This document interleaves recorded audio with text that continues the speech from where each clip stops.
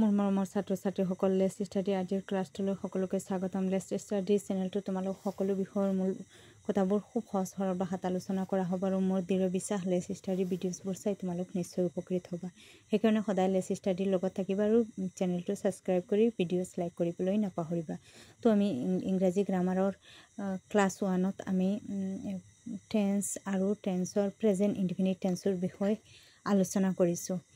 এতিয়া আমি present continuous টেন্সৰ বিষয়ে আলোচনা কৰিম আৰু ইয়াত চেণ্টেন্স এটা আমি চাই পেলাই আমি কোনটো টেন্সত আছে সেই বস্তুখিনি আমি কেনেকৈ ধৰিব পাৰিম সেই বিষয়ে আমি শিকিম আৰু লগতে টেন্স কাৰেকশ্যনত কেইটামান আমি কিৱৰ্ডছ থাকে প্ৰত্যেকটো টেন্সৰ সেই কিৱৰ্ডছবোৰ উল্লেখ কৰিম। কিন্তু টেন্স কাৰেকশ্যনত আমি বেলেগকৈ এটা ক্লাছ কৰিব লাগিব, কিয়নো টেন্স কাৰেকশ্যনৰ প্ৰত্যেকটো টেন্সৰ বহুতখিনি আৰু ৰুলছ থাকে, সেইখিনি আমি বেলেগ এক্সট্ৰা টেন্স কাৰেকশ্যনৰ ক্লাছত আমি শিকিম।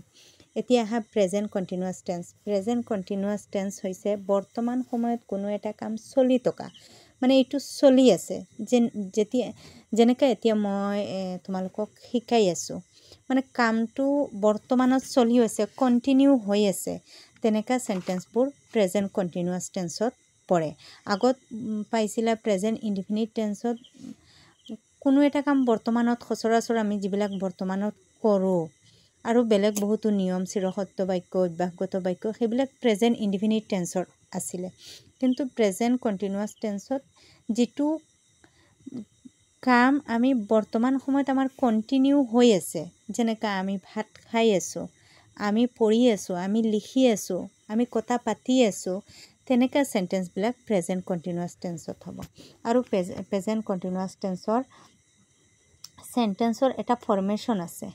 এই ফৰ্মেশ্যনটো আমি মনত ৰাখিব লাগিব। ফাৰ্ষ্ট ছাবজেক্ট দিব লাগিব, তাৰপিছত এম ইজ আৰ তিনিটাৰ পৰা ছাবজেক্ট অনুপাতে যিটো আহিব বি ভাৰ্ব, সেই বি ভাৰ্বটো আমি বহাব লাগিব। তাৰপিছত মেইন ভাৰ্ব হ'ব, তাৰপিছত মেইন ভাৰ্বৰ লগত ING প্লাছ অবজেক্ট। আৰু তোমালোকে এটা কথা মনত ৰাখিবা, প্ৰত্যেক কণ্টিনিউৱাছত মেইন ভাৰ্বৰ ING ৰূপ হ'ব, মেইন ভাৰ্বৰ লগত ING এটা লাগিব। ইয়াত চোৱা মই কোন ছাবজেক্টৰ লগত কোন বি ভাৰ্ব বহে সেইটো মই দেখুৱাই দিছোঁ। ইয়াত চোৱা আই, ছাবজেক্ট আই হ'লে আইৰ লগত এম হ'ব, আকৌ উই হ'লে আৰ হ'ব, ইউৰ লগত আৰ, হি বা চি হ'লে ইজ হ'ব, দেৰ লগত আৰ। এতিয়া তোমালোকে মনত ৰাখিবা আই, উই, ইউৰ বাহিৰে দে, এইকেইটাৰ বাহিৰে যিবোৰ প্লুৰেল নাম্বাৰ ছাবজেক্ট থাকিব সেইবিলাকক প্লুৰেল নাম্বাৰত সদায় আৰ বহিব আৰু ছিংগুলাৰ নাম্বাৰ হ'লে সেইকেইটাৰ লগত ইজ হ'ব থাৰ্ড পাৰ্চনত। এতিয়া মই কেইটামান এক্সাম্পল দিছোঁ। তাই গান গাই আছে, মানে এতিয়া চলি আছে, গান গাই আছে। এতিয়া আমি বাক্যৰ গঠন মতে ইয়াত চোৱা ফাৰ্ষ্ট ছাবজেক্টটো হ'ব তাই, তাইৰ ইংৰাজীটো আমি চি লিখিলোঁ। এতিয়া এম ইজ আৰ তিনিটা বি ভাৰ্বৰ পৰা আমি ইয়াত চিৰ লগত ইজ হয়, আমি ইয়াতো আমি দিছোঁ চিৰ লগত ইজ হ'ব, আমি ইজ আনিলোঁ। তাৰপিছত আমাৰ বাক্যৰ গঠন মতে চেণ্টেন্স ষ্ট্ৰাকচাৰত আমাৰ আছে এম ইজ আৰ অনাৰ পিছত আমি মেইন ভাৰ্ব আনিম। ইয়াত মেইন ভাৰ্ব কি? গাই টকাটো হৈছে মেইন ভাৰ্ব। আৰু গোৱাৰ ইংৰাজী হ'ব চিং, আৰু চিঙৰ লগত ইয়াত দিয়া আছে মেইন ভাৰ্বৰ লগত কণ্টিনিউৱাছত ING হ'ব, চিঙৰ লগত ING হৈ ছিংগিং হৈছে। আৰু তাৰপিছত গানটো আমাৰ এইটো তাইটো আহিলে, গাই আছেটো আমি লিখিলোঁ। এতিয়া অকল গানটো হ'ল, গানটো এ চং হ'ব।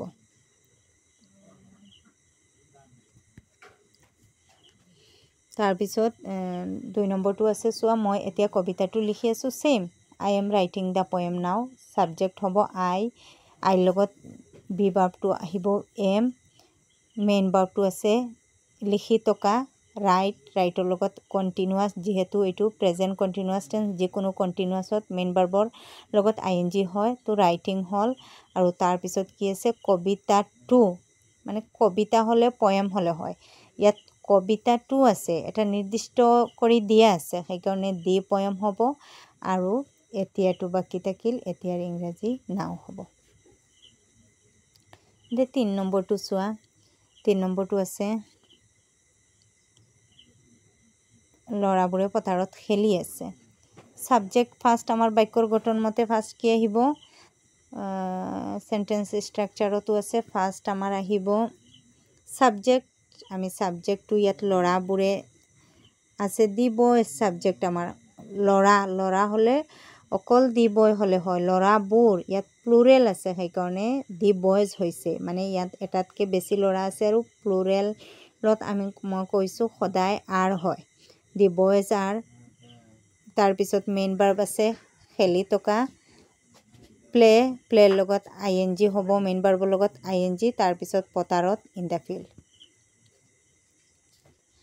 কিওয়াৰ্ডস আছে প্ৰেজেন্ট কন্টিনিউয়াস টেন্সৰ আমি যেতিয়া টেন্স কাৰেকশন কৰিব দিয়ে তেতিয়া আমি কিওয়াৰ্ডসবোৰ জানিলে আমি টেন্স কাৰেকশন কৰোতে সুবিধা পাওঁ সেইকাৰণে প্ৰেজেন্ট কন্টিনিউয়াস টেন্সত অকল দুটা কিওয়াৰ্ডস আছে নাও আৰু দেন আমি সেন্টেন্সত যদি টেন্স কাৰেকশনত সেন্টেন্স এটা ইয়াত দিয়া আছে চোৱা দি টিচাৰ টিচ নাও কিন্তু এটো ভুলকে দিয়া আছে এটো আমি কাৰেক্ট কৰিলে আমি যেহেতু ইয়াত নাও দেখা পালো নাও দেখিলে আমি জানিম এটো প্ৰেজেন্ট কন্টিনিউয়াস টেন্সত আছে আৰু সেই প্ৰেজেন্ট কন্টিনিউয়াস টেন্সৰ সেন্টেন্স স্ট্ৰাকচাৰ মতে আমি এটো কাৰেক্ট কৰিম এতিয়া চোৱা the teacher third person singular number এটো ইজ হ'ব দি টিচাৰৰ লগত বি ভাৰ্ব আহিব ইজ টিচ যেহেতু এটো প্ৰেজেন্ট কন্টিনিউয়াস টেন্সত আমি ধৰিব পাৰিছো টিচৰ লগত আইএনজি এটা হ'ব টিচিং আৰু নাও ঠিক তেনেকা আৰু এটা আছে চিলড্ৰেন প্লে দেন যেহেতু দেন আছে আমি গম পাইছো এটো প্ৰেজেন্ট কন্টিনিউয়াস টেন্সত আমি